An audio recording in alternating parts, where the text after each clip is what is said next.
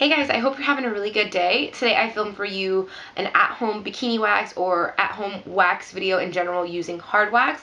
It's just my preferred method for giving myself a bikini wax at home. The other one that I recommend is the V Easy Grip Ready to Use Wax Strips.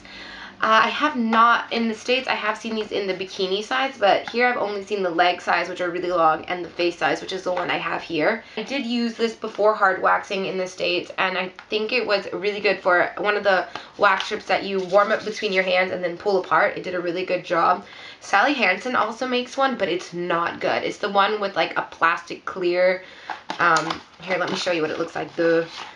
So these are what these strips look like, and these are the ones, I use these on my upper lip, but you just warm up in between your hands and then you peel them open. And I think this brand works really good. The Sally Hansen one is not as good though. Don't use that one. My sister actually wrote them a complaint letter because she hated it so much.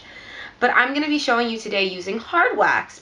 Ooh, I'm going to show you today using hard wax, and the brand I use is this one.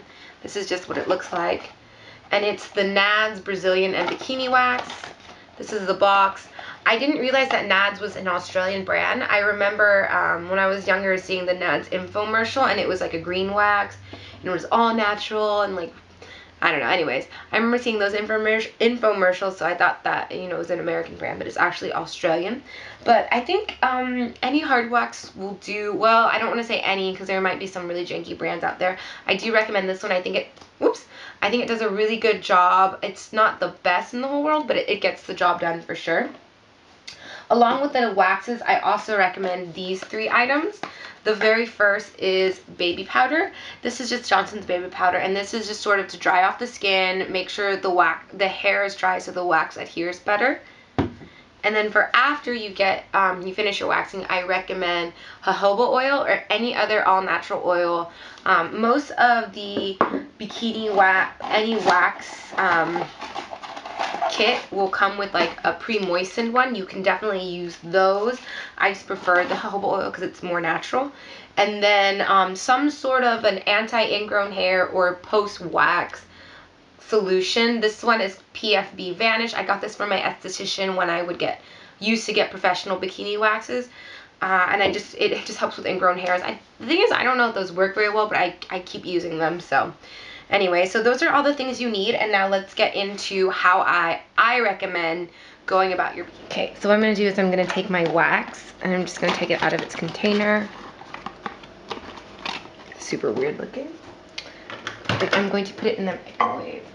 Now, it says to do it by increments of 30 seconds, but I'm just going to do it at 1 minute. Hold on.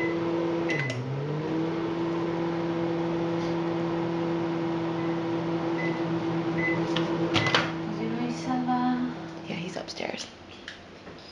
So it's been a minute, but it's still pretty much rock hard, so I'm gonna toss it back in. And then for another minute. So it's been about 4 minutes total, and this is what my wax looks like now. As you can see, it's an actual like liquid consistency. This is actually a little too hot, so I'm gonna cool down just a touch before. Alright guys, so I'm gonna get started. I'm gonna show you how to do this on my armpits.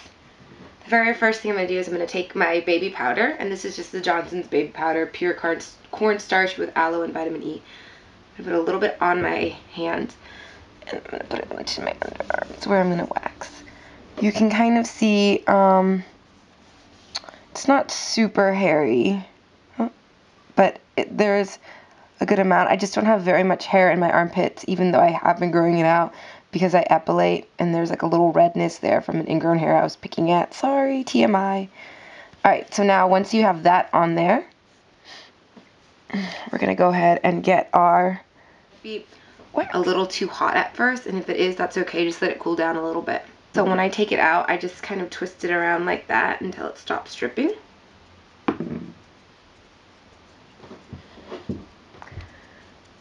Oh, there you are. Now my hair is kind of growing upward, so I'm going to follow where the hair is.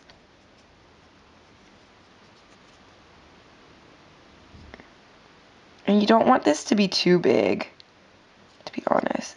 And then I'm going to put the little extra down at the top there, so it's a little bit thicker where I'm planning on pulling it off. And then let me just show you how much wax here. I put on. And then this is a quarter. So you can just see how much wax I put on. It's not a lot. You really want to work in small strips because it just makes it less painful. And if you're in Australia, this is a 20-cent coin. So it's about the same size as that. And you really don't want to do huge, huge, huge strips because it'll just hurt more. And you want to touch it.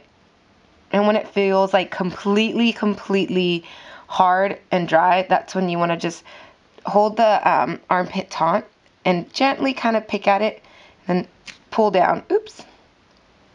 Like I said, it's kind of hard because I have such thin hair everywhere.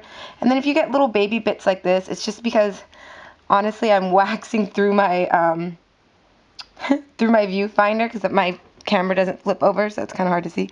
But there, it got most of the hair out. There's one little guy right there, but that's all right. And a little bit of the wax. You can just literally do this. Scratch it off. And this is what the wax looks like.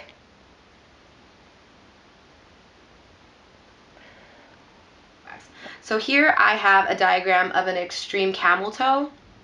I just don't want this video to get marked as like pornography or anything. I usually start when I do hard wax, I'll do 3 strips just at the top.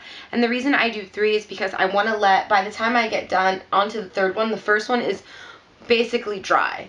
And you want to make sure, or yeah, basically dry and hard. You want to make sure to let your wax have enough time to get nice and hard.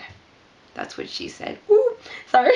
Anyways, so once it gets really hard, you want to just take the end. So the hair usually for the bikini hair, it grows down this way. So you want to put the wax on so it goes down that way and then take it and pull it up like that.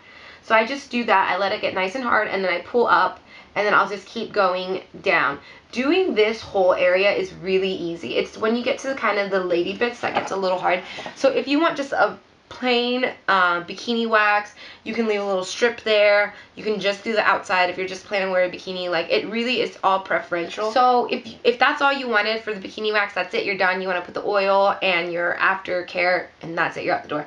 Now if you wanted to do a full-on Brazilian wax, which is what I do, then there's a few more steps. So once you finish kind of the, you know, that area, you get down kind of into the bits. Your lady bits, you know. And what I like to do is go into the Captain Morgan pose. And I continue to do small sections and continue to follow the growth of the hair and pull against it. And you kind of just do that all around. It takes a lot of practice to get every little piece of hair out. The first time I did it, I kept missing it. I was pulling it off. Oh my God, it was really painful. And now I'm so used to it that I can just do it kind of really quickly. But you just kind of want to go Captain Morgan and pull your skin as taut as you can when you're in that area. It just makes it a lot less painful and a lot easier. Once you're done with that and you're completely done with the waxing, I take my jojoba oil, fill it on a cotton round, and get it nice and you know, saturated. And then I just clear off all the excess wax.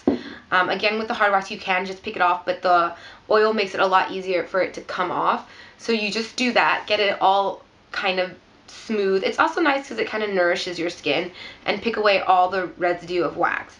And then I take a clean cotton round and I just clean up all the excess, and then I go in with my my anti-ingrown hair, and this one just comes in a roll-on version. There's a million other ones I've seen at the drugstore. You can use any one of those, and you just want to put that on and get it nice and, you know, cleanse. And then I usually just fan it with my hand and let the whole thing dry, and then that's it. You're all done with your bikini wax.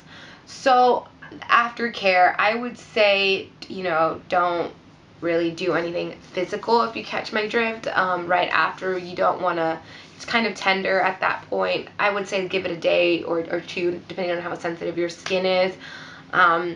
You might have a couple of ingrown hairs, and that's natural with waxing.